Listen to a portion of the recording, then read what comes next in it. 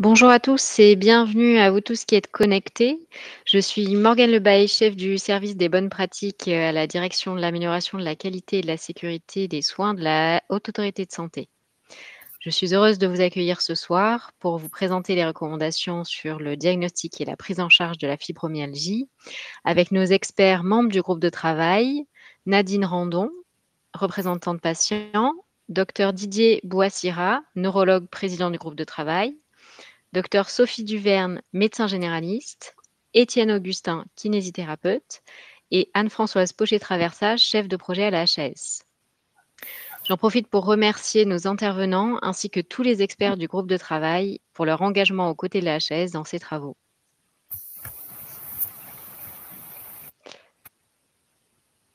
Donc, notre conférence va se dérouler en 2 parties. La première, nous allons vous présenter les principes généraux de ces recommandations et aborder 4 focus. Comment établir un diagnostic? Quelle stratégie mettre en place? Quel type d'activité physique et apprentissage en autonomie?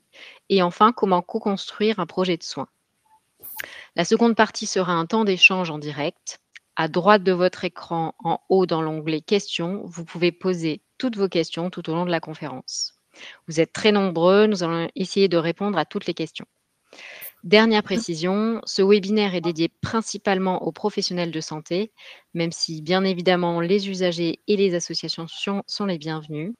Les questions auxquelles nous répondrons seront donc prioritairement pour cette cible. Nous ne répondrons pas aux questions concernant les cas individuels.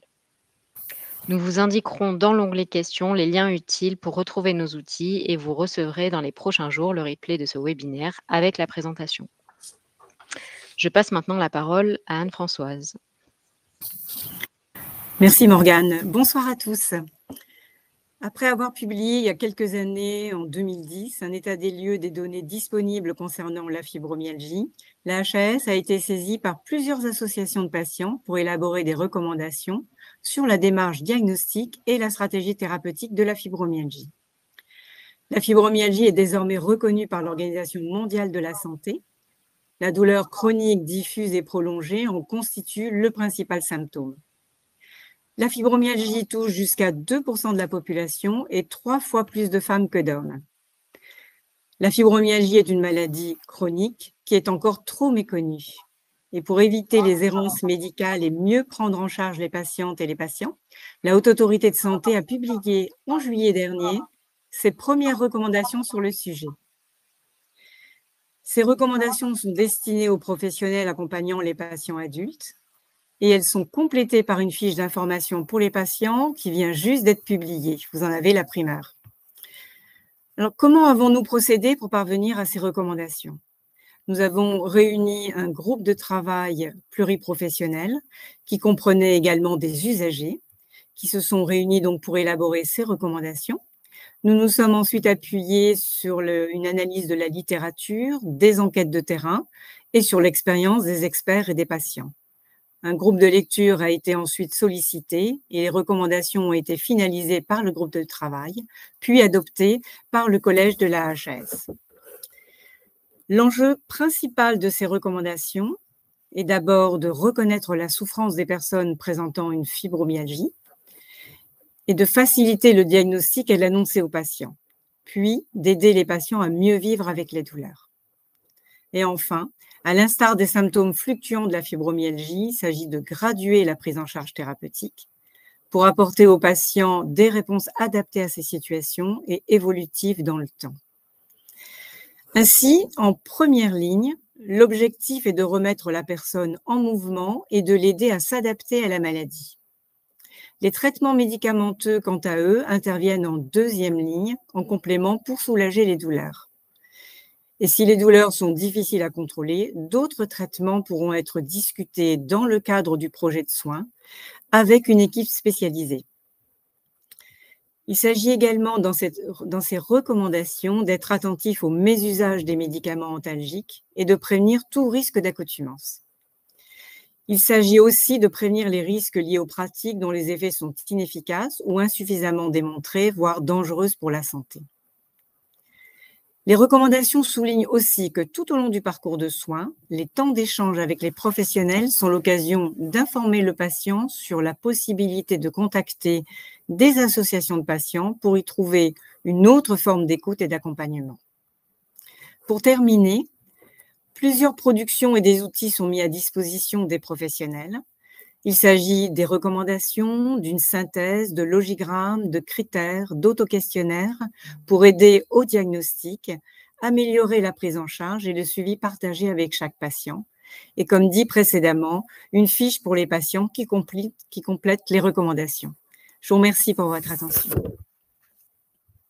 Merci Anne-Françoise. Nous allons aborder le premier focus avec le docteur Sophie Duverne.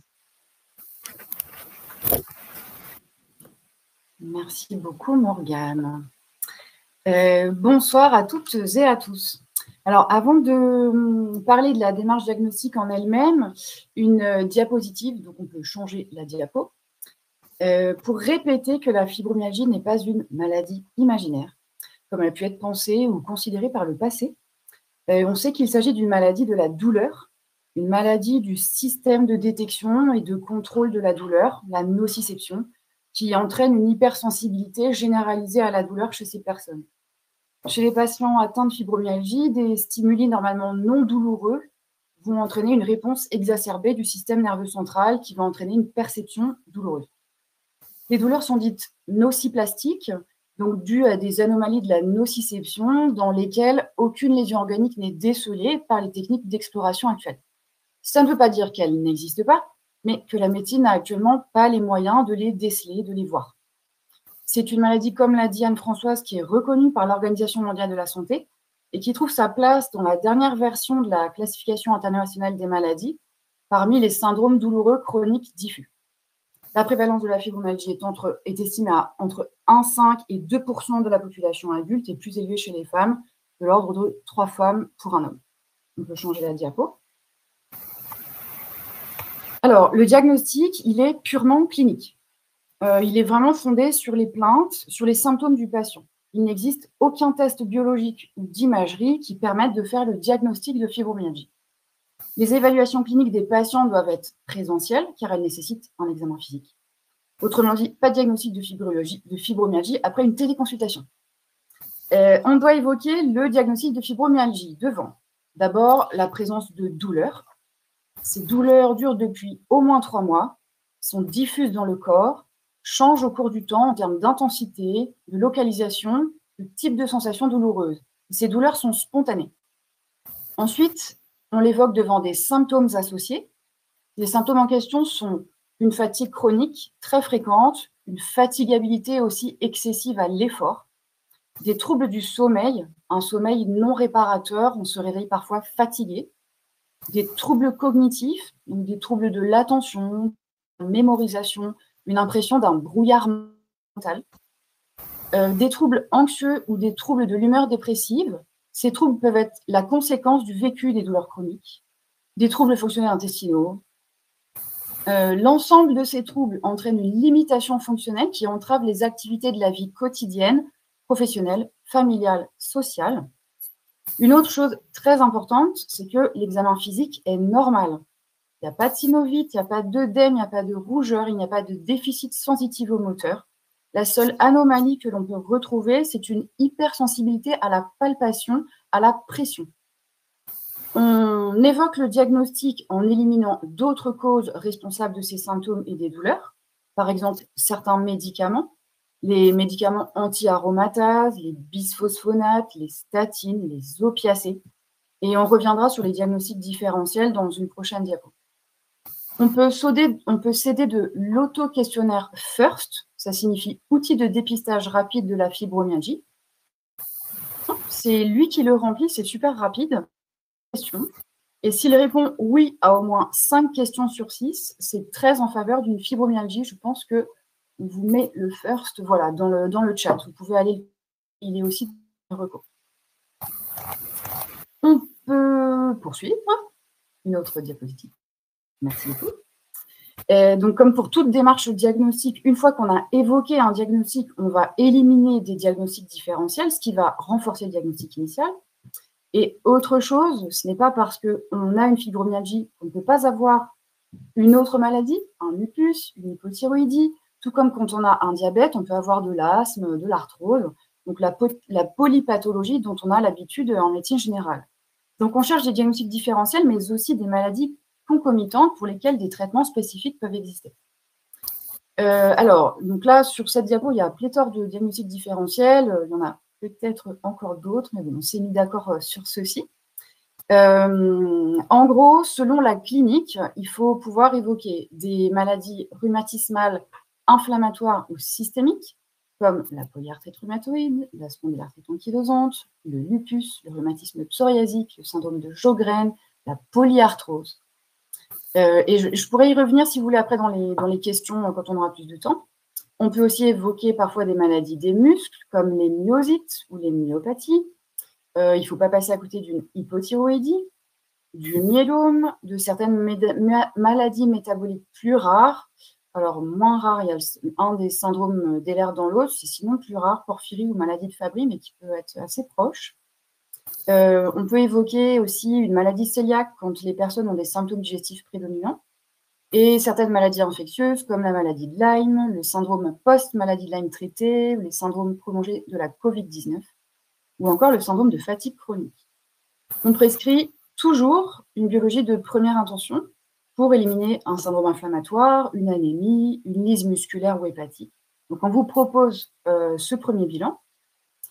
En fonction de votre jugement clinique, ensuite, vous pouvez bien sûr prescrire d'autres examens complémentaires. Ce bilan de première intention proposé, c'est en cas de « je pense que c'est une fibromyalgie, rien ne m'évoque une autre maladie ».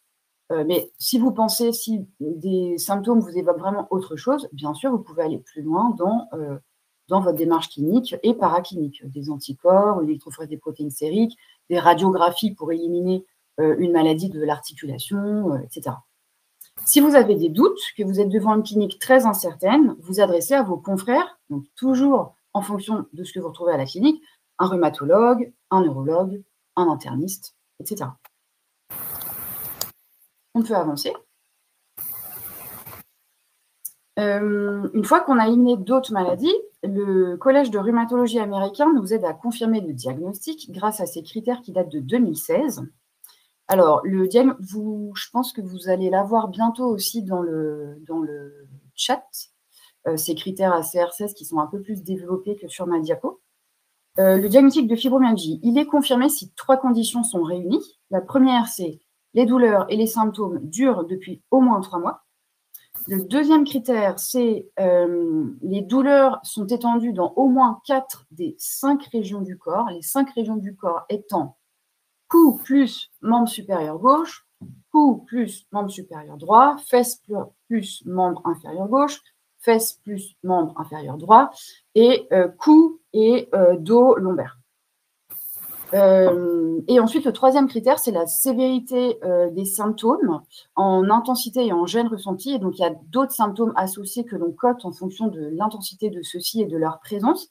Ça nous permet de calculer un score de localisation et de sévérité. Et si on a tant et tant à chacun, le diagnostic est confirmé. Alors, les chiffres sont très bien expliqués sur le critère de l'ACR, donc pas forcément besoin de les apprendre par cœur. Quand vous le faites, vous les avez sur la feuille explicative. Et remplir les critères de l'ACR16, c'est rapide, c'est 2 minutes. Franchement, je l'ai fait, c'est vraiment rapide.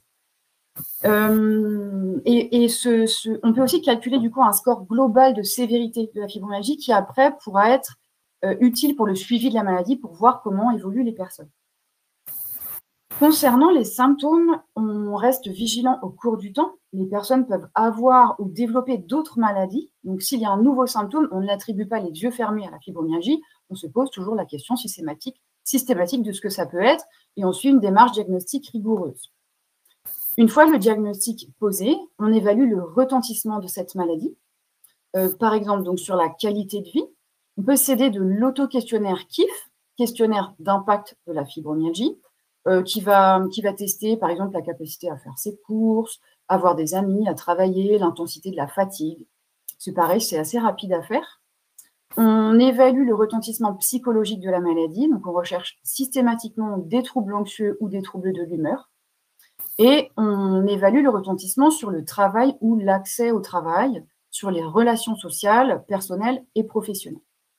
On vous demande aussi de rechercher des facteurs de vulnérabilité de manière systématique. Fragilité financière, de logement, un isolement, une solitude ressentie, des facteurs de vulnérabilité professionnelle. Est-ce que les personnes sont en arrêt de travail? Est-ce qu'elles vivent un harcèlement, une stigmatisation sur leur lieu de travail? Toute situation à risque passé ou présente de maltraitance, d'abus, de harcèlement, de stigmatisation, de violence conjugale ou intrafamiliale. Et bien sûr, toute cette démarche peut se faire sur plusieurs consultations dans le temps, mais ce sera important à évaluer afin d'avoir des propositions thérapeutiques les mieux adaptées à la personne. On peut changer la diapo. Comme la fibromyalgie, du coup, est une vraie maladie, on annonce le diagnostic aux personnes. Ce n'est pas un diagnostic par défaut. C'est un diagnostic positif. Cette annonce permet de légitimer la souffrance, les symptômes et le ressenti des personnes. C'est très important. On y consacre un temps dédié pour expliquer la maladie, ses mécanismes, les symptômes qui altèrent les capacités physiques et les activités de la vie quotidienne, et pour répondre à toutes les questions. On explique les traitements possibles et on programme ensemble un suivi. On peut remettre à la personne la fiche d'information HAS destinée aux patients qui a été publiée aujourd'hui, à laquelle il pourra se référer n'importe quand dans son parcours et qui peut lui permettre de préparer les prochaines consultations aussi. Voilà pour ma partie. Merci beaucoup, Sophie. Nous allons maintenant aborder avec le docteur Didier Boissira quelle stratégie thérapeutique mettre en place. Bonsoir à tous et à toutes. Alors donc oui, l'aspect thérapeutique. Une diapositive suivante, s'il vous plaît. Donc d'abord quelques recommandations très générales, hein, bien sûr. Dans un premier temps, le suivi devra être un petit peu plus rapproché. On va proposer des consultations un peu plus proches les unes des autres, jusqu'à une certaine stabilisation où l'on pourrait peut-être davantage espacer l'intervalle entre les consultations. Ensuite, bien sûr, comme pour beaucoup de maladies chroniques, hein, il n'y a rien de très spécifique ici, mais évaluer régulièrement les effets des thérapeutiques et ajuster le traitement en fonction des effets favorables ou malheureusement parfois indésirables. Et bien sûr, on va aborder maintenant plus en détail les différentes stratégies thérapeutiques de première, deuxième et troisième intention. Diapositive suivante, s'il vous plaît. Alors, donc en première ligne, vous voyez, il y a beaucoup de choses parce qu'on n'a pas voulu trop hiérarchiser finalement et dire que tous ces aspects devaient être abordés plus ou moins simultanément finalement.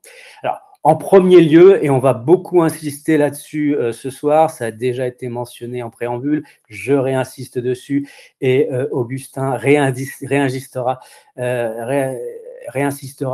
longuement sur cet aspect, c'est l'activité physique, c'est l'élément majeur de la prise en charge, c'est la reprise de l'activité physique si celle-ci avait été interrompue, et c'est adapter l'activité physique à chaque personne, à chaque patient.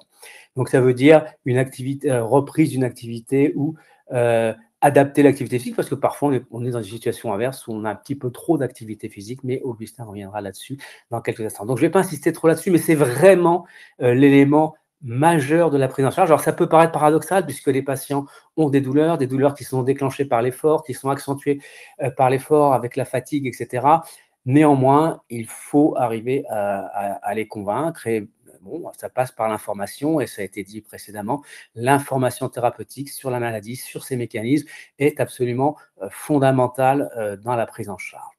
Parce qu'effectivement, c'est le deuxième point de cette prise en charge qui est mentionné ici, c'est l'autogestion. Le malade, le patient, la personne est acteur de sa prise en charge, bien sûr, c'est un mot, c'est maintenant familier hein, dans les maladies chroniques, mais là, c'est vraiment également au cœur de la prise en charge.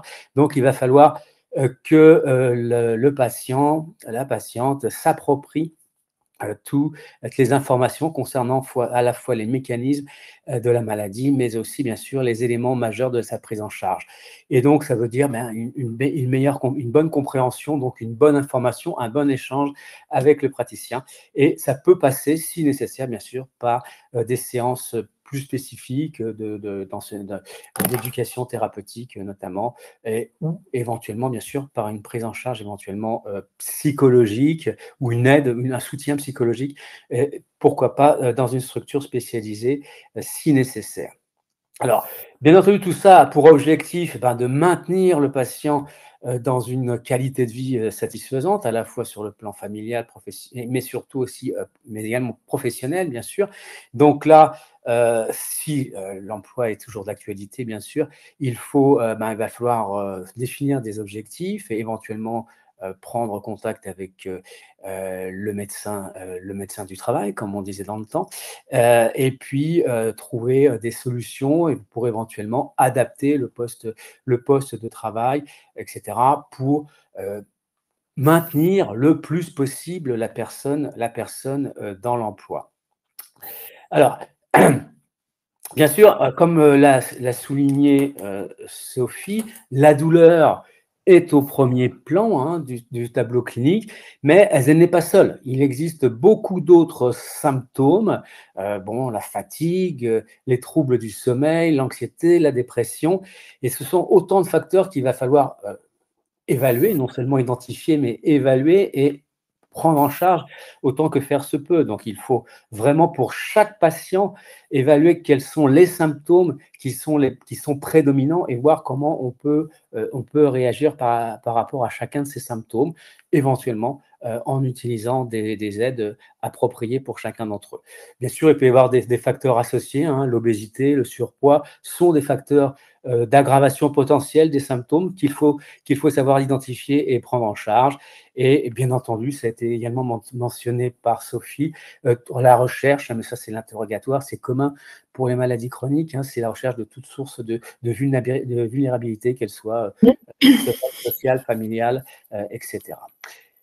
Diapositive suivante. Donc là, on est vraiment dans la première ligne, des choses assez élémentaires, mais qui doivent être toutes prises en charge de façon simultanée, comme ont l'habitude de le faire les médecins de première ligne, de toute façon. Alors, qu'est-ce qu'on peut faire de façon un peu plus spécifique quand on arrive dans la seconde ligne? Eh bien, alors, les médicaments, ça a déjà été mentionné par Anne-Françoise et par Sophie, donc je le ressouligne, c'est extrêmement important. Les médicaments n'ont pas la première place dans la prise en charge de la fibromyalgie, même si, comme nous l'avons dit et répété, la douleur est au premier plan. Mais les antalgiques en particulier ne sont pas au premier plan tout simplement parce que ça ne fonctionne pas très bien. En tout cas, ça ne fonctionne pas au long cours, donc ça ne sert à rien. C'est même délétère, c'est même dangereux de donner des antalgiques, qu'il s'agisse même des antalgiques les plus simples comme le paracétamol ou des anti-inflammatoires, encore pire, ou bien sûr des antalgiques opioïdes, qu'il s'agisse des opioïdes dits faibles comme le tramadol, ou bien sûr, encore pire, des antalgiques dits forts, des morphiniques dits forts, eh bien là, c'est complètement même contre-indiqué dans la fibromyalgie, en tous les cas dans le traitement au long cours, ce qui ne veut pas dire qu'on ne sera pas amené à prescrire ces antalgiques pour des périodes courtes, pour des douleurs incidentes, intercurrentes, liées à d'autres causes. Bien sûr, on a le droit d'avoir une fibromyalgie et une douleur liée à une entorse ou à je ne sais quoi. Donc, on peut tout à fait être amené à prescrire, ou une arthrose, on peut tout à fait être amené à prescrire des antalgiques ou des anti-inflammatoires sur des périodes courtes, comme on le ferait pour n'importe quel patient chez un fibromyalgique. Mais l'objectif de traitement de la douleur continue, chronique chez ces patients ne doit pas reposer sur ces antalgiques classiques que vous connaissez tous, et antalgiques, j'englobe dans les antalgiques les anti-inflammatoires. Donc, On élimine a priori ces produits-là, sauf exception, hein. On a mentionné ici le tramadol, puisqu'il y a un certain nombre de données qui suggèrent qu'il pourrait être intéressant dans certaines conditions très spécifiques, mais sous condition d'une prescription et d'une surveillance tout à fait spécifique, idéalement dans une structure spécialisée. Alors, quels sont les autres traitements, hein, qu'on peut être amené à donner? Ça, c'est souvent, parfois moins connu, hein, par les patients. Ce sont des traitements qui sont certains antidépresseurs et certains antiépileptiques, pas tous, hein, mais certains d'entre eux, qui peuvent avoir un intérêt dans la prise en charge de ces douleurs. Donc, on peut être amené à les proposer. Donc, ce sont à peu près les seuls traitements qui ont une efficacité à peu près démontrée, même si cette efficacité est de toute façon modeste, hein, il faut insister là-dessus. Tous les médicaments ont une efficacité, quand ils en ont ils n'ont une efficacité qui n'est qu'une efficacité modeste. Donc, dans certains cas, on peut être amené à proposer ces traitements au long cours et bien entendu avec une surveillance adéquate. Alors, donc, le traitement va reposer, outre les mesures que j'ai mentionnées précédemment, sur d'autres approches non médicamenteuses, hein. Alors, il y en a beaucoup, hein, on en a mentionné quelques-unes ici. On a mentionné les soins thermaux. Alors, pourquoi pas, hein, les soins thermaux peuvent être tout à fait intéressants puisqu'ils consistent le plus souvent en une prise en charge pluridisciplinaire, pluriprofessionnelle chez ces patients, avec une approche vraiment variée, diversifiée, comprenant notamment une reprise de l'activité physique, etc. Donc, ça peut être tout à fait intéressant, mais bien entendu, ça ne marche pas dans tous les cas, loin de là, et les données disponibles suggèrent que ça peut être efficace, surtout dans le cas de maladies de fibromyalgie, disons, modérée, ou en tous les cas dans une phase stable de la maladie. Ensuite, il y a toutes les approches, on va dire, complémentaires. On a mentionné ici la relaxation, l'hypnose, la méditation. Pourquoi pas? Je veux dire, on n'a pas de recommandation contre ces interventions dans ces recommandations de l'HAS, mais bien sûr, avec toute la prudence qui s'impose, c'est-à-dire ne pas s'adresser à n'importe quel praticien, vérifier qu'il y a une formation appropriée, vérifier qu'il y a un bénéfice quand même de ces approches et que, bien sûr, on soit en mesure de les arrêter si nécessaire. Donc, voilà. Donc, ça, c'est, on va dire, en la deuxième ligne. Et enfin, pour la troisième ligne, sur la dernière diapositive, s'il vous plaît. Donc, en cas de… Alors, on a mis première, deuxième, troisième ligne, mais en réalité, tout ça peut se faire plus ou moins en combinaison, hein, en complément, bien entendu. Et quand on dit troisième ligne, ça ne veut pas dire qu'on abandonne la première ligne ou la deuxième ligne. Tout ça se fait en complément. Et alors là, les approches, on reste toujours dans les approches non médicamenteuses avec ce qu'on appelle les approches de neuromodulation. Et comme cela a été très bien dit précédemment, on sait aujourd'hui que la fibromyalgie est pour l'essentiel une maladie de la douleur, une maladie du contrôle de la douleur, une analyse des systèmes de détection et de contrôle de la douleur qui sont présents dans notre système nerveux central. Et pourquoi ne pas agir directement sur ces systèmes de contrôle? Eh bien, on a quelques méthodes qui permettent d'agir sur ces systèmes de contrôle. Alors, on en a mentionné quelques-unes ici, mais par exemple, une technique classique, hein, très ancienne, des stimulations électriques transcutanées. Donc, ça repose sur l'activation de systèmes de modulation, mais c'est surtout des systèmes de modulation qui sont locaux, donc qui interviennent surtout dans la moelle épinière, si vous voulez, en termes de mécanismes. Et donc, ça peut être intéressant, mais ça sera surtout intéressant pour gérer un problème plus ou moins aigu ou subaigu de douleur locale. En revanche, il y a des techniques plus générales qui visent à stimuler directement le cerveau via des stimulations magnétiques ou électriques par voie transcrânienne. Donc, bien sûr, on ne va pas introduire des électrodes dans le cerveau, hein. On stimule à travers le crâne avec des stimulations qui sont absolument non invasives et qui n'entraînent quasiment aucun effet indésirable et qui ont l'intérêt de pouvoir aller agir directement sur ces systèmes de contrôle qui sont défaillants dans cette pathologie. Alors, ces techniques peuvent être tout à fait intéressantes, elles vont sûrement se développer dans l'avenir, mais malheureusement aujourd'hui, elles ne sont encore disponibles que dans assez peu de structures. C'est pour ça qu'on les a mis en 3e ligne, parce que l'accessibilité est encore limitée. Mais bon, on peut donner quand même un message d'espoir ce soir en disant qu'on peut espérer, grâce notamment aussi à des avancées technologiques, que ces techniques auront une place beaucoup plus importante dans la prise en charge de ces patients dans les années à venir. Voilà, je vous remercie de votre attention et je suis prêt à répondre bien sûr à toutes les questions. Merci Didier. Je passe la parole à notre expert Étienne Augustin qui va aborder la place de l'activité physique.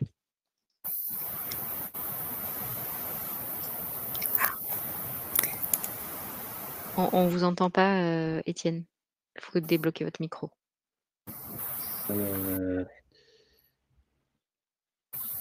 Est-ce que là, vous m'entendez? Oui, c'est bon. Super. Donc, bonsoir à toutes et à tous. Et merci Morgane de me passer la parole. Donc oui, on va aborder ensemble l'activité physique et l'autonomisation. Il va bien falloir avoir conscience que l'un ne va pas sans l'autre, c'est-à-dire que le but de pratiquer une activité physique en rééducation avec un enseignant en activité physique adaptée, ça va être de gagner en compétences pour ensuite pratiquer et avoir la capacité de choisir seul son activité physique. Et donc l'objectif, ça va être que l'activité physique, ça devienne un moyen et non un objectif final. Et donc on va essayer de répondre à cette question, à savoir comment est-ce qu'on fait tout ça. Diapo suivante, s'il vous plaît. Et donc la première chose à définir, c'est savoir en fait quelle est la personne que j'ai en face de moi. Parce qu'on ne va pas du tout s'adresser à la même façon si la personne travaille, si elle ne travaille pas, si la personne a des enfants, si elle pratique déjà de l'activité physique ou pas. Et donc, en fait, ça va être déjà la première chose à définir. Ensuite, il va falloir définir quelles sont les attentes de la personne envers la rééducation. C'est souvent ce que je demande en cabinet, c'est qu'est-ce que vous attendez de moi pour savoir, en fait, dans quelle direction on doit aller et se mettre d'accord sur un objectif commun.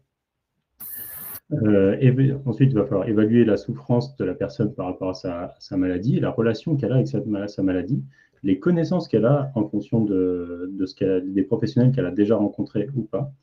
Et en fait, il va falloir aussi déterminer un peu quel type de personne on a en face de nous, dans le sens où on peut avoir l'idée qu'une personne atteinte de fibromyalgie souvent ne bouge pas assez, alors que ce n'est pas forcément vrai. On peut avoir soit des personnes qui ont des difficultés à bouger, en effet, à cause des douleurs, parce que c'est compliqué, mais on peut avoir également, comme le disait tout à l'heure Didier, des personnes qui en font trop, ou en tout cas une activité un peu trop intense et qui va exacerber les symptômes. Et donc, ça ne va pas du tout être la même stratégie d'approche en fonction de la personne qu'on a en face. Donc, vous voyez déjà, ça ne va pas juste être de faire de l'activité physique, ça va être déjà cibler quelle personne on a en face pour dédier ensuite quel type d'activité physique on va pouvoir spécifier. Donc, la chose, ça va être d'adapter et pas forcément remettre en mouvement. Diapo suivante, s'il vous plaît.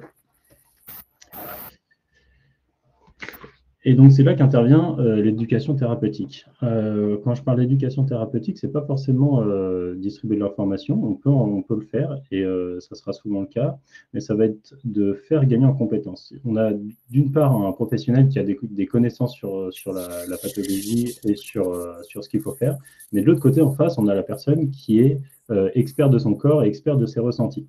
Et donc le but du jeu, ça va être de faire cohabiter ces deux expertises pour pouvoir ensuite faire décider du programme à suivre.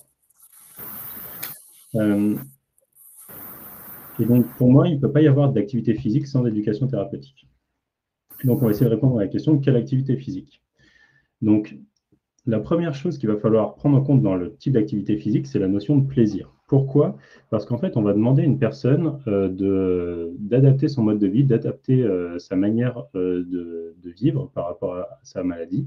Et donc, en fait, si on lui demande de faire une activité physique ou qu'on pratique une activité physique dans laquelle il n'y a aucun plaisir ou une chose qui est compliquée pour la personne, on ne va pas avoir en fait d'adhésion. Et donc, en fait, on n'aura pas de modification du mode de vie sur du long terme. Et c'est ça qu'on cherche. Donc, en fait, si on ne choisit pas une activité physique qui a une notion de plaisir, je pense qu'on passe à côté.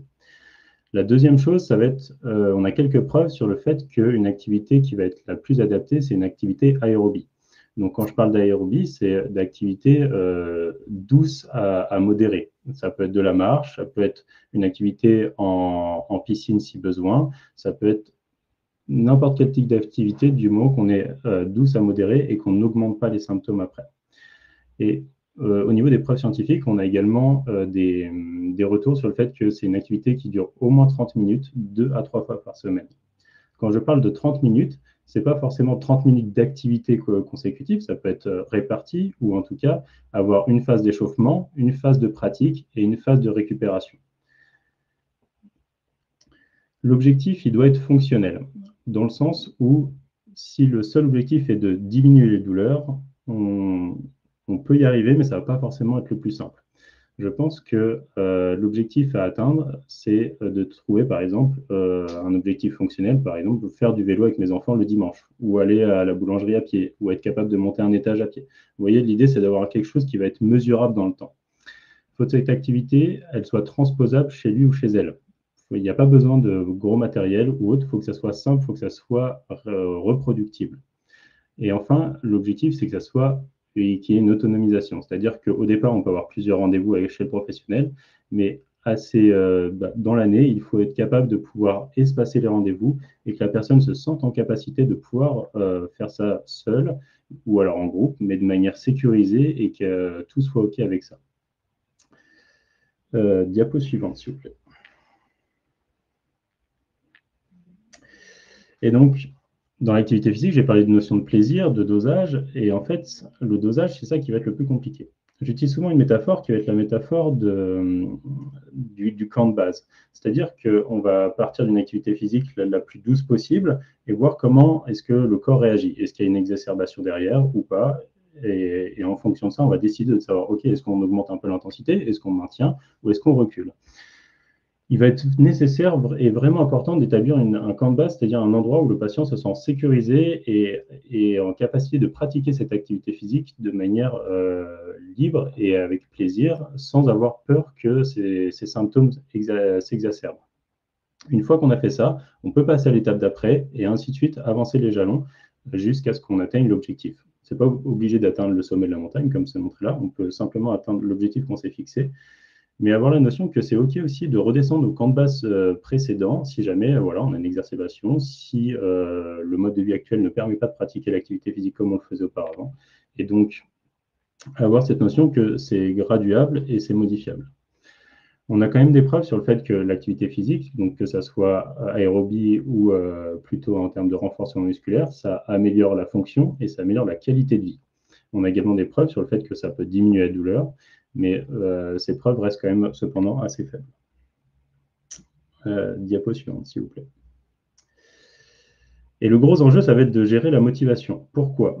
Parce qu'une fois qu'on a mis en place de l'activité physique, il faut que ce changement, ou en tout cas que cette adaptation, perdure dans le temps. Et donc, c'est ça qui va être le plus compliqué à faire. Et donc pour ça, on sait qu'un être humain a besoin de 3 choses pour réussir à maintenir un comportement, c'est-à-dire un besoin de compétence, c'est la capacité à pouvoir interagir de manière efficace avec son milieu. Je prends un exemple, j'habite au 2e étage et mon ascenseur tombe en panne. Bah, si je sais qu'avec mon entraînement physique, j'ai été capable de monter ces 2 étages, et bien tout de suite, on sent qu'on maîtrise plus l'environnement, et donc ça permet de gagner en motivation pour continuer à pratiquer une activité physique. Un besoin d'autonomie, c'est la capacité à faire ses propres choix et à se dire, OK, aujourd'hui, je vais faire mon activité physique, aujourd'hui, je diminue l'intensité ou je l'augmente en fonction de comment je me sens, de comment se passe ma journée, par exemple. Et enfin, un besoin de proximité sociale, c'est-à-dire que l'activité physique est un moyen de rencontrer des gens, de pratiquer en groupe, et donc, par exemple, par l'intermédiaire d'associations ou d'autres structures du même style qui permettent en fait de créer du lien et de pratiquer une activité physique en groupe, ce qui fait que la raison de la pratique de l'activité physique devient un moyen de juste sociabiliser et voir d'autres personnes. Notez quand même qu'il est normal qu'il y ait des rechutes, et c'est tout à fait normal. On demande de mettre en place des nouveaux comportements, et ce n'est pas forcément évident. On demande à une personne de modifier des choses dans sa vie, et ça peut prendre du temps, et c'est OK qu'il y ait des rechutes. Cependant, il faut se dire qu'une fois qu'on a parcouru le chemin une première fois, il est quand même plus facile de le parcourir une seconde fois pour ensuite, à terme, réussir à maintenir une vie plus stable par rapport à ça. Diapo suivante, s'il vous plaît. Et donc, du coup, pour résumer l'activité physique adaptée, je voulais faire un peu un pas de côté par rapport à ça et donc du coup vraiment mettre en valeur le fait qu'il est vraiment nécessaire de comprendre pourquoi il faut faire de l'activité physique avec le patient et pas simplement lui dire faites de l'activité physique. Il faut qu'il ait vraiment intégré cette notion de voilà, qu'est-ce qu'on recherche avec l'activité physique et dans quel but on la pratique. Avoir un objectif fonctionnel et avoir une diminution de douleur plutôt en objectif secondaire, c'est quand même le plus, en tout cas, ce qui remonte le plus dans les preuves par rapport aux études. Toujours avoir une visée d'autonomisation du patient, c'est-à-dire que l'objectif à chaque séance, c'est qu'il monte en compétence, qu'il apprenne et que le professionnel de santé soit là pour aider à gérer la motivation et aider à gérer les rechutes éventuelles. Et enfin, je réinsiste une dernière fois sur la notion de plaisir. S'il n'y a pas de plaisir à pratiquer l'activité physique, on n'aura pas de maintien de comportement dans le temps. Et donc, du coup, on passera à côté de l'objectif principal, je pense. Voilà ce que je pouvais vous dire sur l'activité physique et je serais ravi de répondre à vos questions si jamais j'ai besoin d'éclaircir un point de mon exposé. Merci beaucoup. Un grand merci Étienne. Je passe la parole à nos experts Nadine Randon et Sophie Duverne pour notre dernier focus sur la co-construction du projet de soins.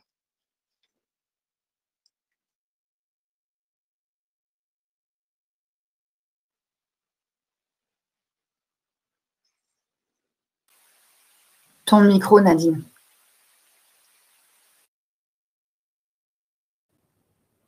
Voilà, c'est bon là? Vous m'entendez? Ouais, ok. Eh ben, merci Morgane. Hein, donc voilà. On va parler de la co-construction du projet de soins, donc entre le médecin et le patient. Donc, il faut savoir que la relation patient-médecin est importante, hein, et qu'il est recommandé donc d'établir un partenariat patient et le médecin pour mettre en place donc un programme de soins personnalisé. Il est indispensable que le médecin reconnaisse la souffrance de la personne et l'écoute, mais il faut aussi lui faire comprendre à cette personne qu'elle doit être l'actrice principale de ses soins. Hein, le docteur Boissira en a parlé justement tout à l'heure. Hein, il faut être acteur de sa maladie. Voilà. Et le médecin est là pour l'épauler et définir avec cette personne le meilleur programme. Voilà.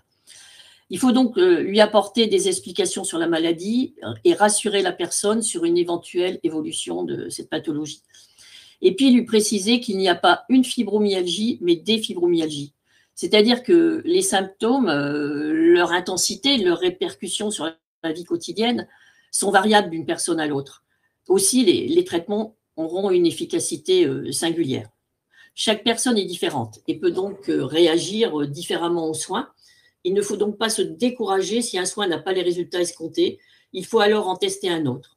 Et c'est ensemble, médecins et patients, qui vont trouver les soins qui conviennent le mieux à cette personne. Mais il faut aussi prendre conscience que toute thérapie, tout soin doit être prolongé dans la durée, car nous sommes face à une maladie chronique.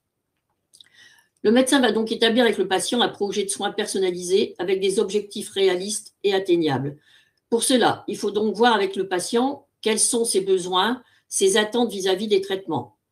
On va d'abord regarder quels sont les symptômes que le patient souhaite soulager en priorité. Est-ce que c'est la douleur? Est-ce que c'est la fatigue? Est-ce que c'est les sommeils, les troubles cognitifs, les problèmes digestifs, etc. Et puis, il faut regarder aussi quelles sont ses priorités, ses projets de vie. Parce que l'approche va être différente selon les priorités de la personne. Est-ce que la personne... Sa priorité, c'est sa vie familiale comme pour pouvoir continuer à s'occuper de ses enfants? Est-ce que c'est sa vie sociale pour ne pas être coupé du monde et pouvoir continuer à sortir un peu avec des amis ou autres?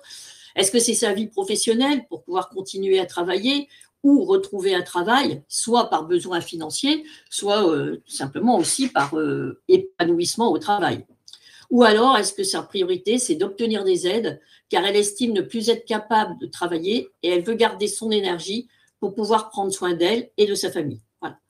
Donc, les attentes sont aussi différentes selon les femmes et les hommes, suivant si les personnes sont parents ou non, s'ils sont parents isolés ou non, si les personnes vivent seules, et aussi selon l'âge, c'est différent suivant un jeune adulte, un adulte ou une personne âgée. Les soins proposés donc doivent tenir compte de ces différents critères et s'adapter à ces différentes situations. Par exemple, une personne qui travaille, qui est maman de famille monoparentale avec 2 ou 3 enfants, vous dira qu'elle n'aura pas la possibilité et ne trouvera pas le temps pour mettre en place plusieurs des soins recommandés. Et donc, il faut l'écouter, il faut en tenir compte.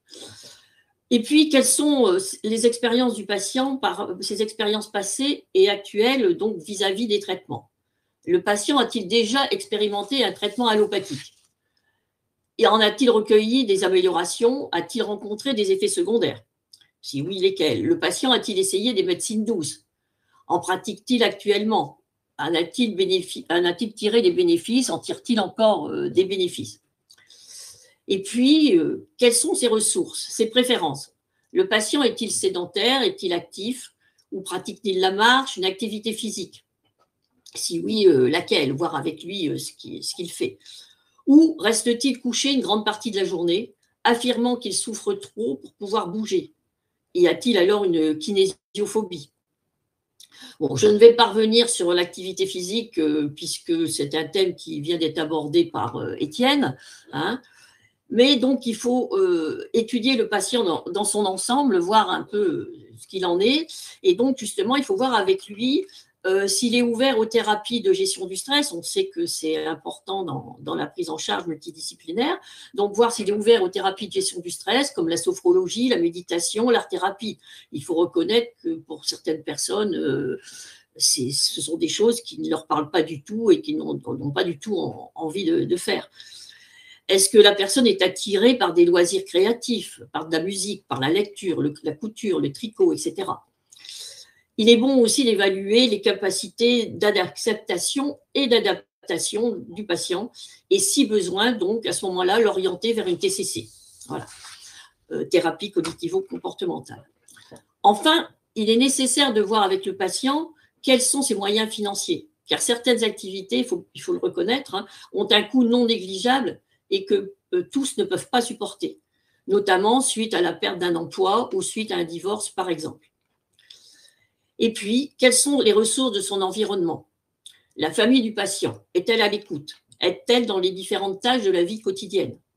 La personne est-elle en couple? A-t-elle des enfants? Si oui, de quel âge? La personne a-t-elle une vie sociale? Des amis sur qui elle peut compter?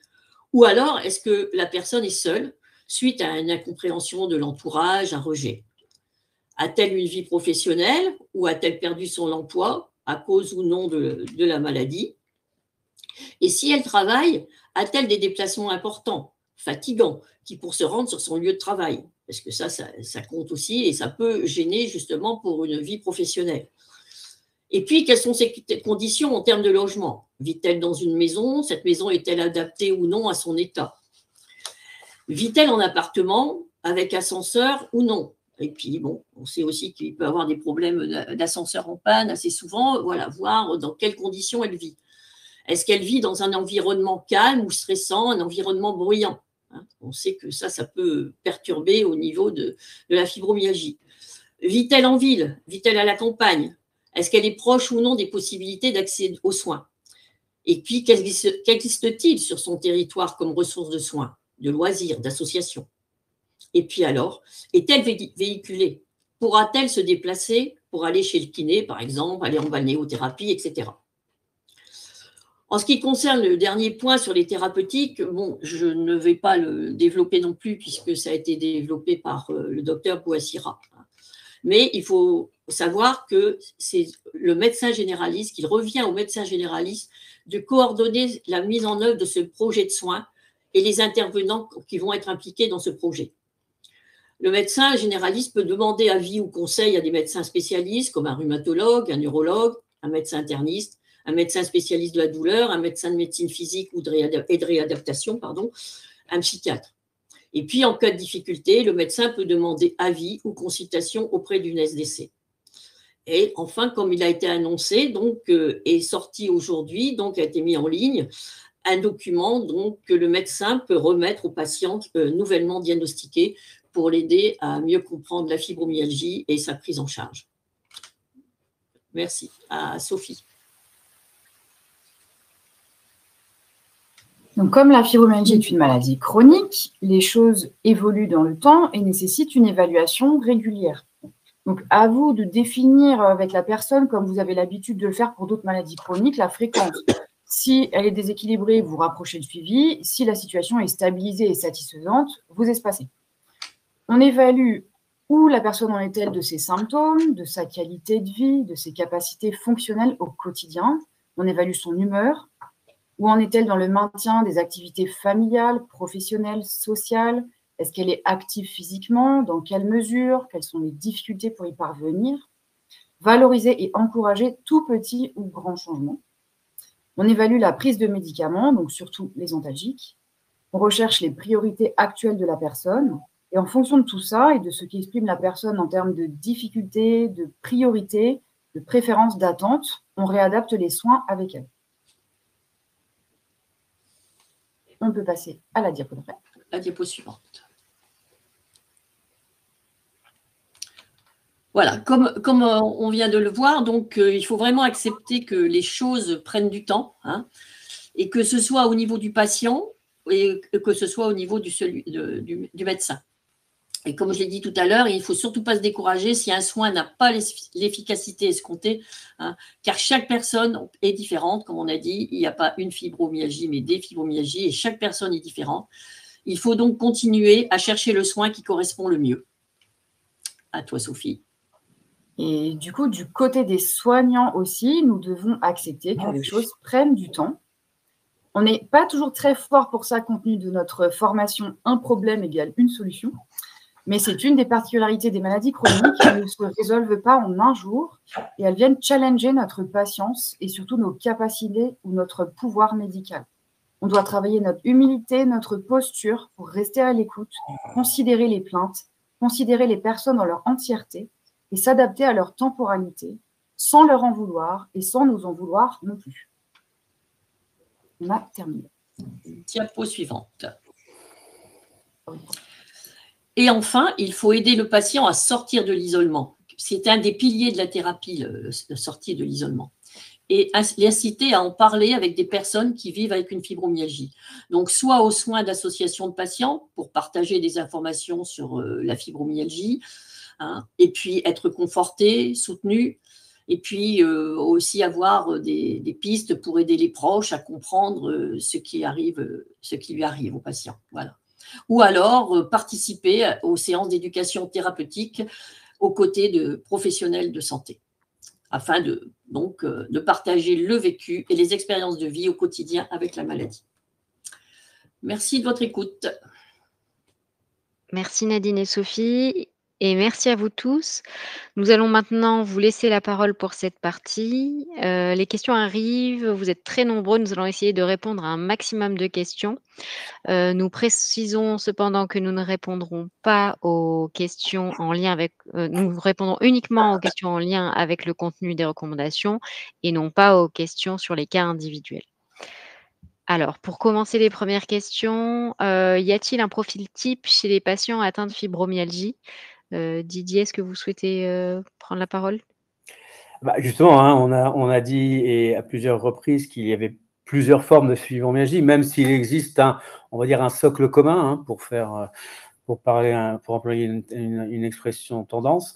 Il y a un socle commun puisqu'effectivement il y a des critères diagnostiques qu'on retrouve, des éléments qu'on retrouve chez la plupart des patients qui permettent d'établir des critères diagnostiques, mais, et comme ça a été souligné à plusieurs reprises, il existe aussi plusieurs sous-types sous-groupes de patients, hein.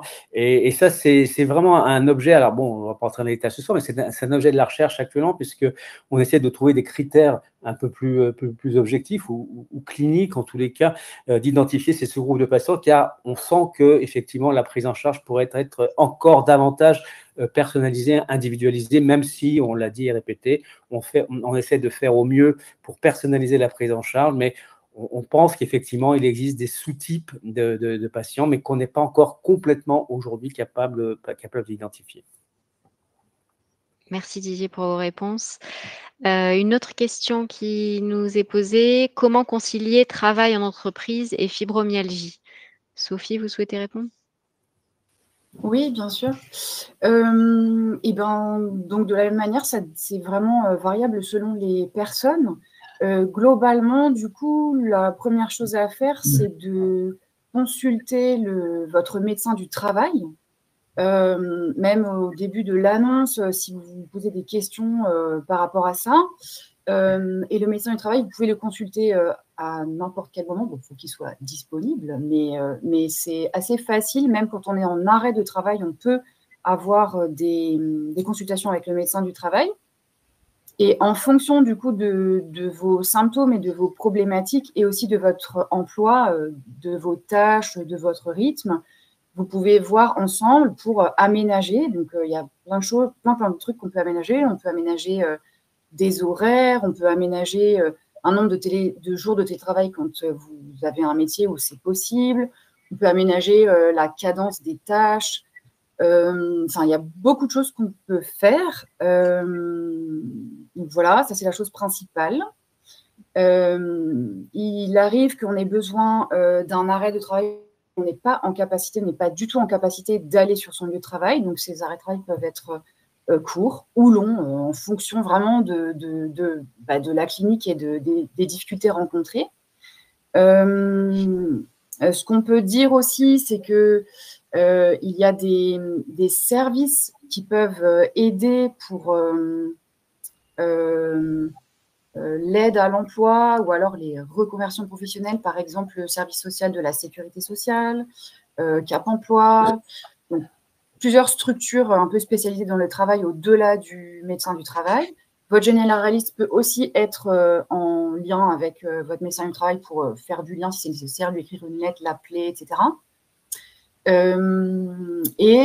Dans certains cas, on peut demander auprès de la maison des personnes handicapées une RQTH, une reconnaissance en qualité de travailleur handicapé lorsque la fibromyalgie entraîne un handicap sur du long terme, ce qui permet parfois d'améliorer du coup les aménagements, plutôt de faciliter les aménagements ou de parfois faciliter des embauches d'emploi parce que chaque entreprise doit avoir un quota de personnes qui vivent avec un handicap.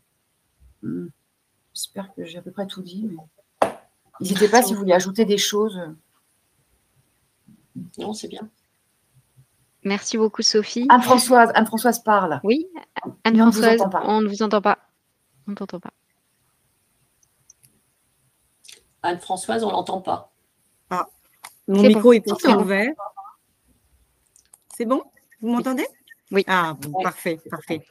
Il peut y avoir aussi une demande d'invalidité de première catégorie qui peut être demandée également auprès du service médical de l'assurance maladie.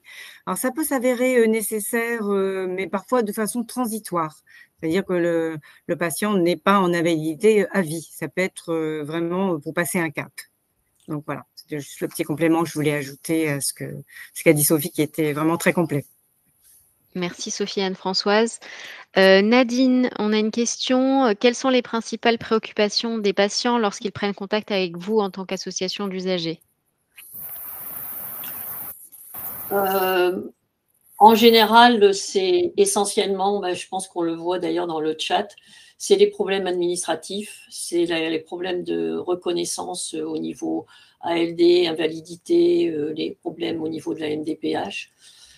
Ça nous désole un petit peu, je dirais, parce que, même si on comprend très bien ces problèmes, mais c'est que beaucoup restent polarisés là-dessus et ne cherchent pas comment faire pour aller mieux, pour justement ne pas devoir dépendre de la MDPH et tout ça, et comment faire pour mettre en place la bonne prise en charge multidisciplinaire. Donc, c'est vrai que nous, quand on nous contacte, bien sûr qu'on répond dans la mesure de nos connaissances sur les problèmes administratifs, et c'est normal qu'ils existent et que les gens les posent, mais on essaie aussi de leur faire comprendre que c'est important de s'informer et puis sur la maladie, sur la prise en charge, et qu'on est là aussi en tant qu'association pour aider justement à mettre en place cette prise en charge, pour les épauler, et qu'avec ça,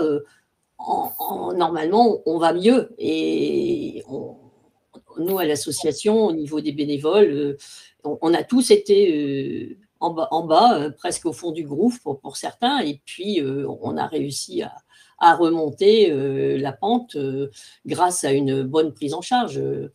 Nous, on est là pour donner de l'espoir, pour dire qu'on peut aller mieux avec la fibromyalgie. Mais alors, on reconnaît qu'il y a des problèmes, hein, puisque la bonne prise en charge n'est pas toujours prescrite, hein, malheureusement. Donc, on est là aussi pour ça ce soir, pour la mettre en avant, et qu'il y a encore beaucoup trop de médicaments qui assomment les gens et qui les transforment en zombies. Et de ce fait-là, c'est vrai que dans ce cas-là, les gens pensent que ils sont plus capables de travailler. Voilà, ils n'ont plus de vie. Et voilà, donc il y a du travail à faire à tout niveau. Voilà. Merci beaucoup. J'espère avoir répondu. Merci Nadine pour ces éléments de réponse très, très importants. Dans les autres questions, on a une question sur l'activité physique. Quel type d'activité physique quand tout le corps est douloureux? Étienne, on vous passe la parole. Oui, quand tout le corps est douloureux, en fait, il va falloir essayer de trouver les exceptions. Quelle va être la plus petite porte par laquelle on va pouvoir passer et le plus petit mouvement qui va être le plus petit pas possible, en fait, qui va permettre de rebouger. Et donc, en fait, de là à moi prescrire, dire, il va falloir faire telle activité physique, je pense que comme ça, c'est compliqué d'y répondre. Mais en tout cas, c'est tout l'enjeu justement de la relation entre le soignant et le patient, ça va être d'essayer de trouver justement la petite porte par laquelle passer, par laquelle ça va passer, et qu'on va pouvoir ensuite graduellement rajouter des mouvements supplémentaires. Mais ce n'est pas une tâche facile, et c'est pour ça qu'on est là. C'est un travail d'association entre le soignant et le patient. Voilà, j'espère avoir répondu à la question. Merci Étienne. Et justement, il y a une question sur la vie quotidienne. Excusez-moi, je peux intervenir? Oui, allez-y. Oui, parce que je vois justement dans le chat, il y a le docteur Collomb qui est là, Christophe Collomb qui est là et qui répond. Et le docteur Collomb faisait partie du groupe de travail dans les recommandations.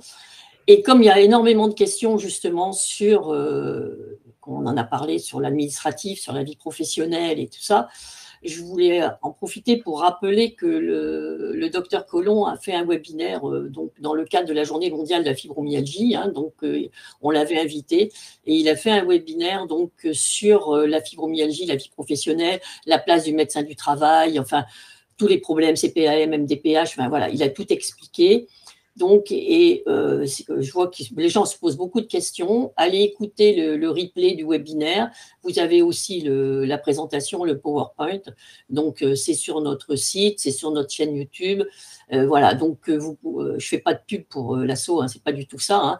Mais c'est donc le docteur Collomb a fait vraiment un super webinaire là-dessus, sur ce point-là. Et donc, vous aurez beaucoup de réponses à vos questions en allant regarder le replay de ce webinaire. Et je remercie le docteur Collomb qui est en train de répondre régulièrement sur le chat. Voilà, excusez-moi. Et pour compléter donc sur l'activité physique, il y avait une question aussi en lien avec ça. Finalement, est-ce que la vie quotidienne comme la toilette, l'habillage, la cuisine sont considérées comme une activité physique ou pas? Oui, bien sûr. En fait, on peut distinguer activité physique et sport et entraînement physique. C'est deux choses qui peuvent être un peu différentes. Et donc, c'est ça qui va nous permettre, qu'il va falloir prendre en compte sur le dosage de l'activité physique. Je prends un exemple. Si j'ai un trajet en train à faire, et donc le fait de partir de chez moi, de marcher, porter ma valise, prendre le train, etc., c'est du coup dans la capacité de la jauge que mon corps est en capacité d'accepter ce jour-là, peut-être qu'on l'aura déjà bien rempli. Donc c'est peut-être pas forcément le jour où en plus de ça on va faire une activité physique dédiée pour essayer de modifier les choses. Et donc oui, en fait c'est pour ça que pour doser il va falloir prendre en compte tout l'environnement et donc les facteurs physiques mais aussi environnementaux, par exemple je sais pas, du stress ou des émotions qui peuvent être difficiles. Merci beaucoup, Étienne. On a une question aussi portant sur les antiépileptiques et les antidépresseurs recommandés pour aider à soulager la douleur et améliorer le sommeil et réduire la fatigue. Didier, vous souhaitez répondre? Oui, bien sûr. Donc, comme je le disais, comme nous l'avons souligné dans les recommandations, Il existe quelques molécules, quelques médicaments, quelques produits qu'on peut utiliser au long cours. Hein. C'est quelques antidépresseurs, ce n'est pas tous les antidépresseurs, hein, c'est certains d'entre eux et quelques antiépileptiques, pardon, et qui sont utilisés non pas pour leur propriété antiépileptique ou antidépressive, hein, ce n'est pas seulement pour traiter la dépression, c'est vraiment pour agir sur le système de contrôle de la douleur. Donc ces médicaments ont une action spécifique sur la douleur, notamment les antidépresseurs, indépendante de leur action sur la dépression. Ce qui ne veut pas dire qu'ils n'ont pas aussi une action sur la dépression. Donc quand on a douleur et dépression, ça peut être tout à fait intéressant de prendre ces médicaments, mais indépendamment même de la dépression, ils peuvent avoir un intérêt. Néanmoins, comme nous l'avons largement souligné, ce n'est pas la première ligne de traitement. On les utilise, ils sont là, ils sont dans l'arsenal thérapeutique.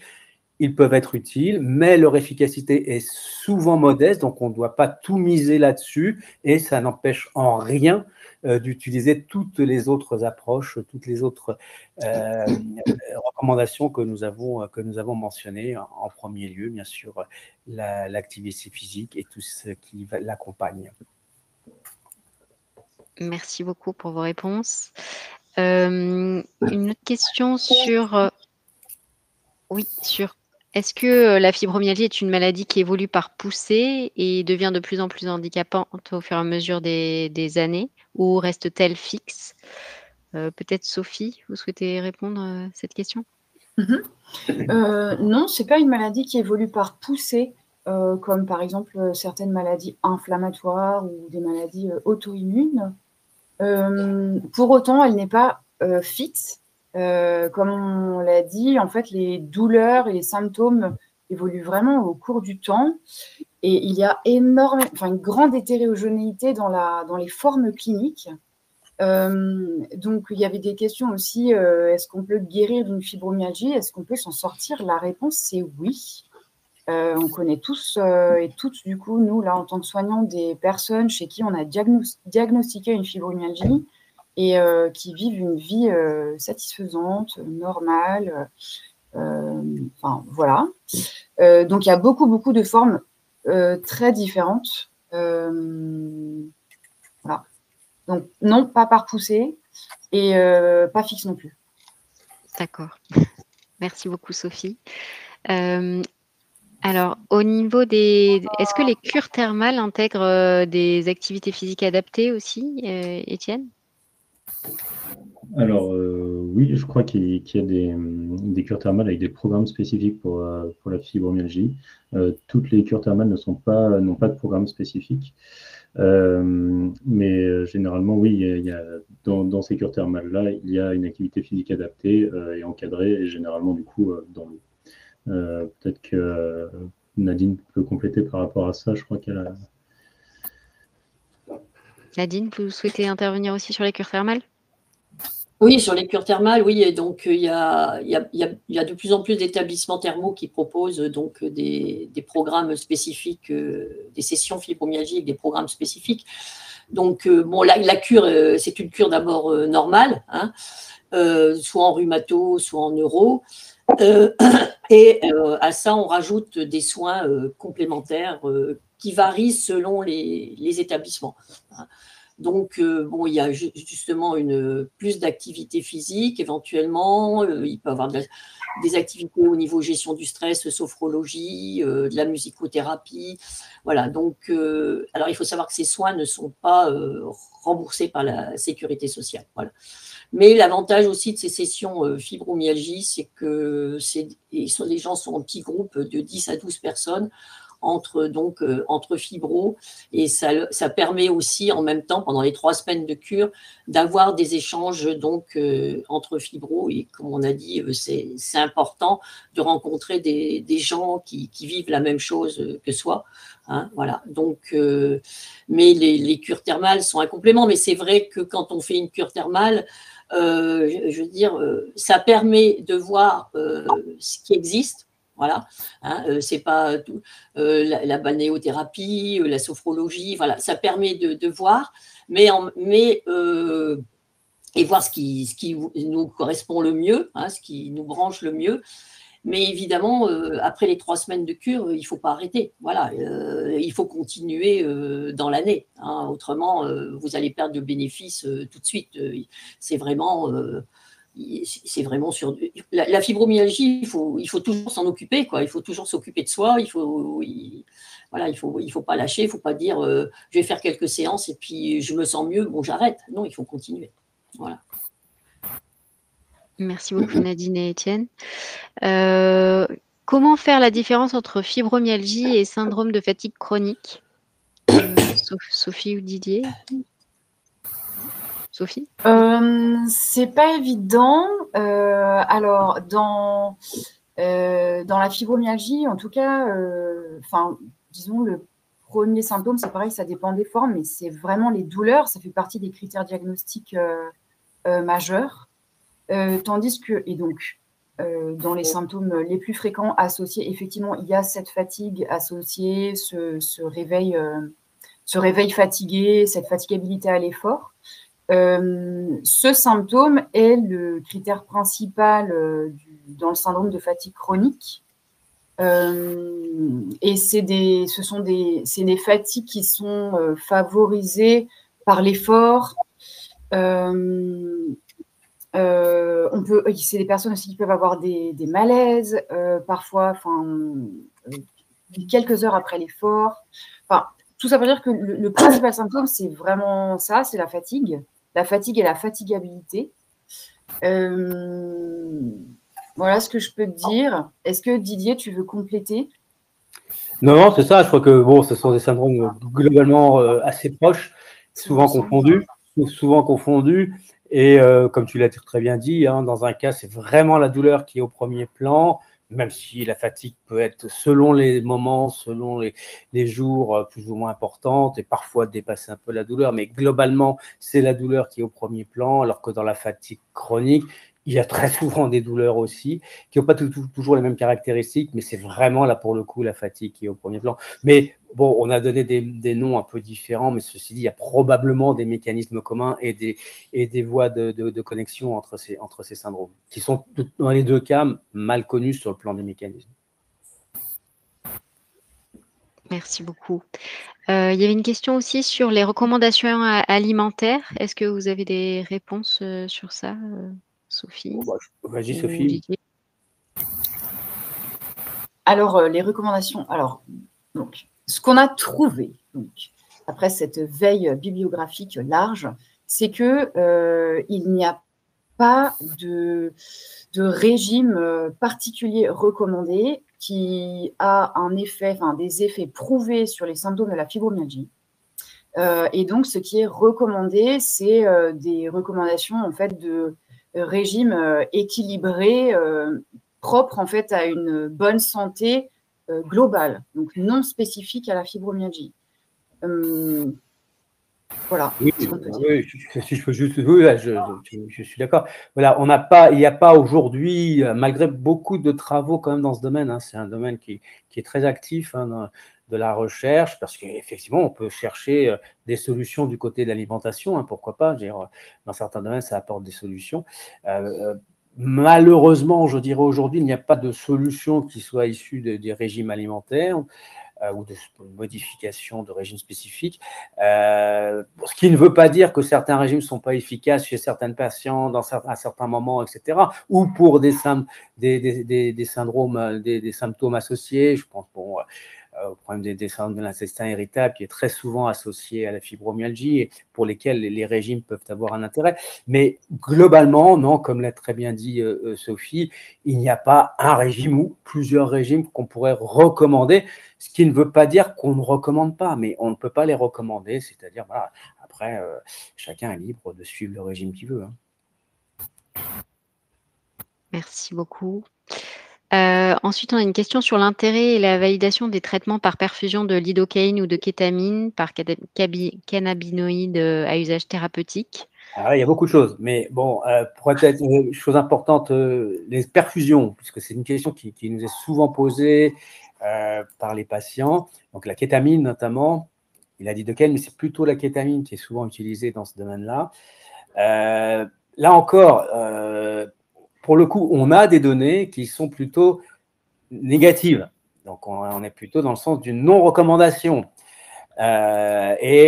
D'autant plus que ce produit, la kétamine, n'est pas un produit anodin. Loin de là, c'est un médicament très puissant. C'est un anesthésique qui a été utilisé pendant des années en anesthésie chez l'homme, ensuite chez l'animal, en médecine vétérinaire. C'est un médicament qui a une action sur le cerveau très puissante, qui entraîne des effets comme on appelle psychodysleptiques, c'est-à-dire en gros des hallucinations. C'est un médicament assez dangereux, qui a des effets potentiellement très, très néfastes, pas seulement sur le cerveau, mais sur le cœur également, etc. Donc, c'est un produit qu'on doit manier avec beaucoup de précaution. Alors, il est vrai qu'il y avait des données scientifiques initiales qui suggéraient que la kétamine pourrait être intéressante dans la fibromyalgie parce que ça agissait sur la sensibilisation centrale et les personnes qui l'utilisent s'appuient sur ces études qui sont anciennes, qui concernent très peu de patients et qui montrent un effet. Ce qui est vrai, on ne peut pas le nier, mais c'est un effet à très court terme. Et la fibromyalgie demande à être traitée sur des mois, des années. Et là, on sombre dans l'inconnu. Et plus que l'inconnu, on sait en revanche que là, on va avoir des effets délétères extrêmement importants. Donc, là, il n'y a aucune recommandation, il y a même une contre-indication à la kétamine dans la prise en charge chronique de la fibromyalgie. Je sais que c'est fait dans un certain nombre de centres, etc. Mais nous sommes formels là-dessus. Nous avons une contre-indication négative, une contre-indication de l'utilisation de ce produit. Pour les cannabinoïdes, en revanche, le CBD, puisque c'est quelque chose qui est disponible en vente libre, là, bien sûr, tout le monde peut en consommer, il n'y a pas de problème. Pour les cannabis, le THC, donc les cannabis thérapeutiques, il y a eu une expérimentation qui a été réalisée pendant les 2 dernières années, qui est toujours en cours, qui est en train de se terminer, qui ne concernait pas la fibromyalgie, d'accord, qui concernait d'autres douleurs chroniques. Donc, aucun patient fibromyalgique n'a pu être inclus dans cette étude, ce qui ne veut pas dire donc que ces produits sont inefficaces contre la fibromyalgie, on n'en sait rien. On n'a pas de données que ce soit efficace, mais on n'a pas non plus de données que c'est inefficace. En tous les cas, aujourd'hui, ce n'est pas recommandé. Et de toute façon, aujourd'hui, le cannabis thérapeutique, c'est-à-dire toutes les autres formes que le CBD, ne sont pas autorisées. Donc, on ne peut pas les prescrire de toute façon aujourd'hui en France. Donc, le problème ne se pose pas. Merci beaucoup Didier pour vos réponses. Étienne, on a une question sur le fait que si un patient souhaite reprendre, est-ce que c'est possible si un patient souhaite reprendre une activité d'intensité élevée? Alors, oui, c'est possible. Il y a même des données sur le fait que ça soit efficace. Cependant, on prend le risque quand même d'engendrer une exacerbation des symptômes. Et donc, ça peut se faire, mais je pense dans un cadre contrôlé et de manière accompagnée, quoi. Donc oui, c'est tout à fait faisable, mais je pense qu'il faut y aller par étapes et par paliers pour éviter le risque de perdre tout le bénéfice, parce que si on a une exacerbation qui fait que la personne ne peut pas sortir de chez elle pendant 4 jours derrière, on perd quand même beaucoup de bénéfices. Donc vraiment avoir cette notion de graduation, et après ça n'empêche pas d'aller à de l'intensité élevée à un moment donné. J'ai même plusieurs patients et patientes qui font de l'activité physique de manière intense avec une fibromyalgie, et ils arrivent très bien à gérer comme ça. Parfait, merci beaucoup pour vos réponses. On a eu plusieurs questions aussi sur les bracelets. Qu'est-ce que vous pensez des bracelets? Quel retour sur ces bracelets? Didier, peut-être? Alors, les bracelets, oui. Alors, il y a beaucoup d'objets, de techniques qui sont proposées. Alors, toujours pareil, hein, avec on nous montre, on parle de résultats, d'expériences de patients exceptionnels, etc. Le problème, c'est que quand on fait les études contrôlées, les études scientifiques, on se rend compte que les effets ne sont pas toujours au rendez-vous. Et notamment en ce qui concerne ce bracelet, je pense que vous parlez du bracelet qui entraîne des petites micro-ondes millimétriques qui permettent de libérer des endorphines. Le mécanisme proposé est extrêmement séduisant, intéressant et potentiellement utile. Il n'en demeure pas moins qu'il n'existe pas de données scientifiques montrant son efficacité. En tous les cas, il existe une étude à ma connaissance, mais qui était une étude, ce qu'on appelle une étude ouverte, sans contrôle, sans placebo, si vous voulez. Donc, on ne peut pas du tout conclure sur l'efficacité spécifique de ce produit, ce qui ne veut pas dire, encore une fois, que ce n'est pas efficace, j'en sais rien, mais on n'a aucun moyen de le recommander aujourd'hui sur la base des données dont on dispose, donc nous ne le recommandons pas, et je crois que spécifiquement dans la recommandation, nous avons mentionné ce produit en disant que nous ne le recommandons pas. Pour l'instant, peut-être que des données nous contrediront dans quelques années, mais pour l'instant, sur la base des connaissances actuelles, il ne peut pas être recommandé. Merci beaucoup pour vos réponses.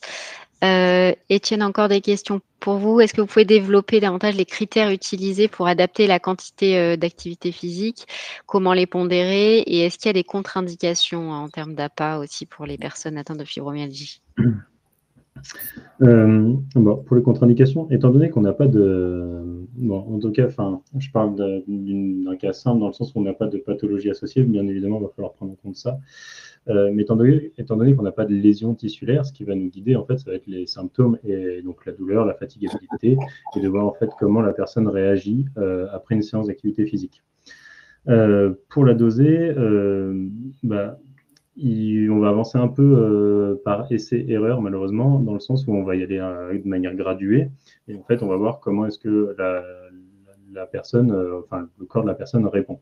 Si jamais, par exemple, on fait l'activité physique, on peut avoir une augmentation des symptômes pendant l'activité physique, ça c'est OK, du moment que c'est tolérable pour la personne. Mais par contre, après l'activité physique, il faut que les symptômes redeviennent à la normale. C'est-à-dire comme on était avant l'activité physique. Et cela en quelques dizaines de minutes, voire plusieurs heures. Et il ne faut surtout pas que ça dure pendant plusieurs jours.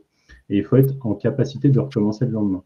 Si c'est le cas, bien du coup, c'est-à-dire qu'on a bien dosé son activité physique, donc on peut établir son camp de base à ce niveau-là. On stabilise pendant plusieurs semaines et après on voit pour évoluer, voire un peu plus, un peu moins. L'idée n'est pas de se dire qu'on va faire toujours plus et monter.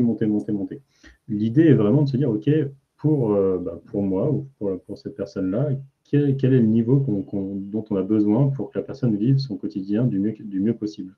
Et en fonction de ça, on met en place l'activité physique. Et si la personne vit très bien comme ça au quotidien, arrive à faire toutes ses activités de la vie quotidienne, et bingo, c'est gagné. Et tout le monde n'a pas besoin de devenir marathonien si on ne le souhaite pas.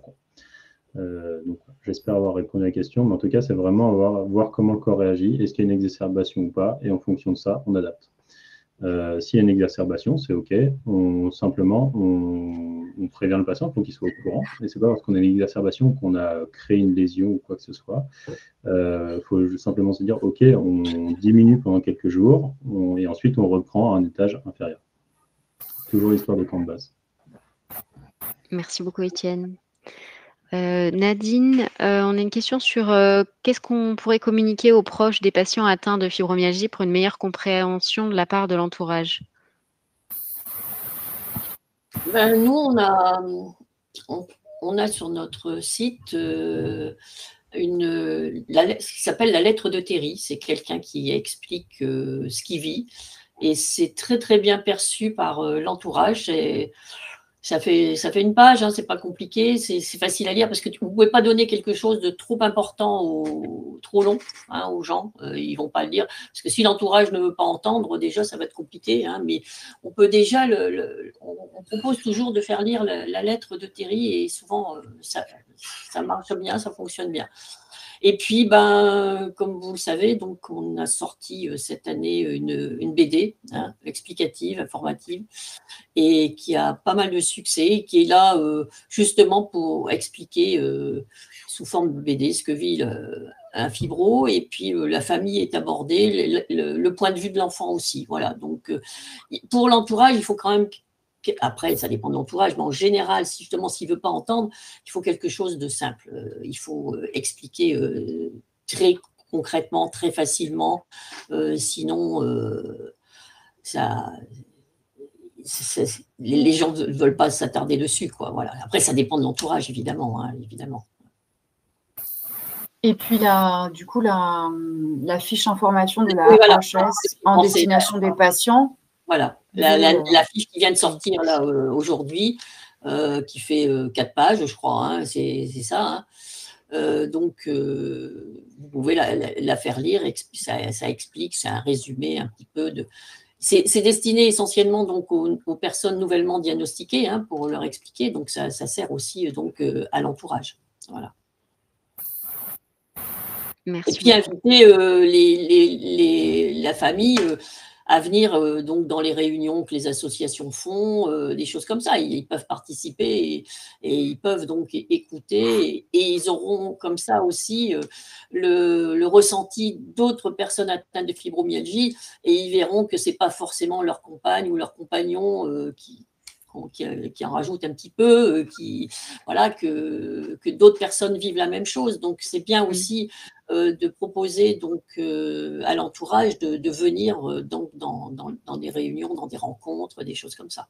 Voilà. Et puis nous, on a une permanence téléphonique et on a des conjoints voilà, qui téléphonent, hein, qui demandent des renseignements aussi parce qu'ils sont perdus. Ils ne comprennent pas ce que vit la personne et donc ils peuvent aussi téléphoner. Donc il y a d'autres associations à qui on peut appeler et, voilà, et on peut leur expliquer. Voilà. Merci Nadine. Je crois qu'on avait une question sur l'orientation en cas de difficulté. Qu'est-ce que l'on fait en tant que médecin généraliste quand on a une difficulté, on a essayé beaucoup de traitements, on ne sait plus quoi faire? Est-ce que Sophie, vous voulez répondre? Et puis peut-être Didier aussi? Oui, bien sûr. Du coup, donc on réévalue les choses, on essaye de comprendre justement ce qu'a essayé la personne comme soin, tout ce qu'elle a essayé, ce qui lui permet d'améliorer sa qualité de vie ou non. Et du coup, l'étape d'après, c'est déjà ce qu'il faut comprendre, c'est que on peut être une équipe autour de cette personne. Donc, on parle du médecin généraliste comme élément qui repère et qui va coordonner les soins, mais il ne s'agit pas de rester seul avec juste le patient et le médecin généraliste. On a besoin de plusieurs intervenants de différentes disciplines, donc, dont le kiné, ou en tout cas quelqu'un qui peut faire de la part. Et il peut y avoir aussi des psychologues, il peut y avoir des psychiatres, il peut y avoir des infirmières en pratique avancée, il peut y avoir... et donc, après, en tant que généraliste, on peut adresser à toutes ces personnes en fonction de difficultés, des symptômes, et après, en termes de prise en charge, on va dire plus spécialisée, encore plus experte, mais du coup, ce n'est pas du premier recours. On peut adresser à des centres antidouleurs, notamment donc des équipes spécialisées dans les douleurs et dans les douleurs chroniques. Il y en a sur tous les territoires. Quel que soit le territoire, les délais peuvent être longs, mais ce n'est pas grave. On peut quand même demander. S'il ne faut pas se dire, OK, du coup, comme c'est long, du coup, on ne va pas leur demander. Voilà. Et puis ensuite, si on a c'est plutôt avant, mais si nous, on a des difficultés diagnostiques, on a des doutes, comme je le disais tout à l'heure, il faut plutôt adresser du coup à un spécialiste médecin d'autres disciplines, interniste, neuro, rhumato, en fonction de la clinique. Didier, vous voulez dire 2 mots des structures douleurs? Oui, bien sûr, parler des structures douleurs. Comme l'a dit Sophie, il en existe quand même un peu partout en France. Hein. Il en existe à peu près 250 structures douleurs, avec 2 niveaux, consultation et centre.